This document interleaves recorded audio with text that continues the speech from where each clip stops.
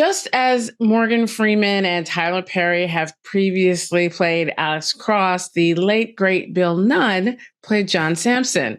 Did that make you nervous at all when you got the role?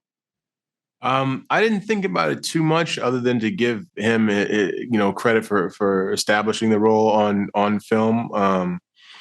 I wasn't really thinking about it too much. The same way I wasn't thinking about how to portray the character or the weight of the character in the books, because I know I've been told he's a fan favorite, and it's a lot of responsibility when it comes to book fans and movie fans.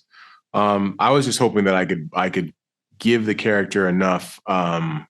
Give the character what Ben Watkins, our showrunner, what he wanted to see in the character. That's what was weighing on my mind. Just I wanted to do right by his version of the character. Let's talk about that. What was Ben's ideas for the character, and were you able to collaborate? Were you able to give him your ideas? How open was he to that?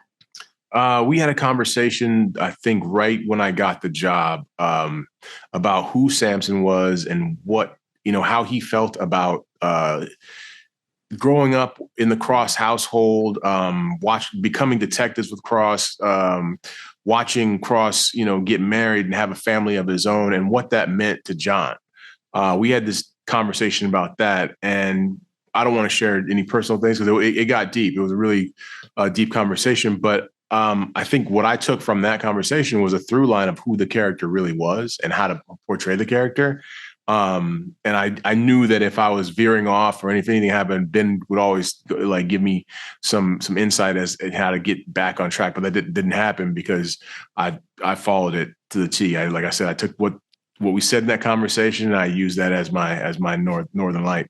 Let's talk about how your interpretation of John contributes to Cross's journey, both professionally and personally. How does he show up for Alex?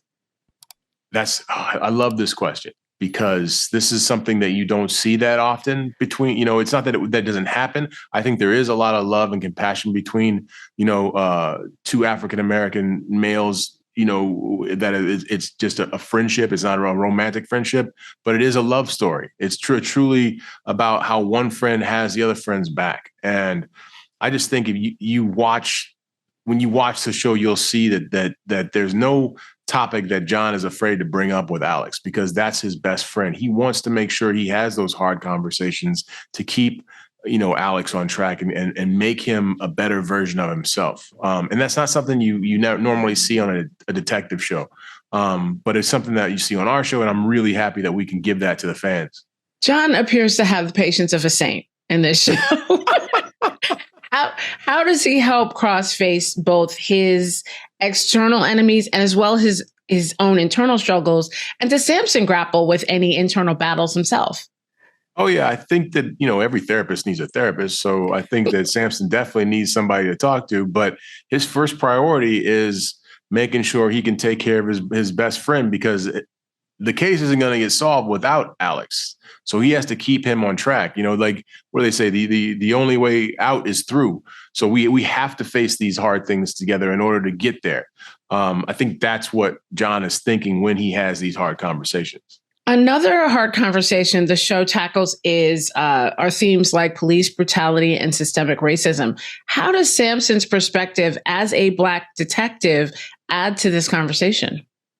I think what you see with Sampson is someone who's grown up in the community and someone who took a job that isn't always for the community, a job where people, that's butted heads with the community. So Sampson in that job wants two things, actually. He wants justice and he wants truth. So he wants justice within his department. He wants to make sure he holds the people in his department to a higher power. And he also wants to make sure that the people in his community get the justice they deserve.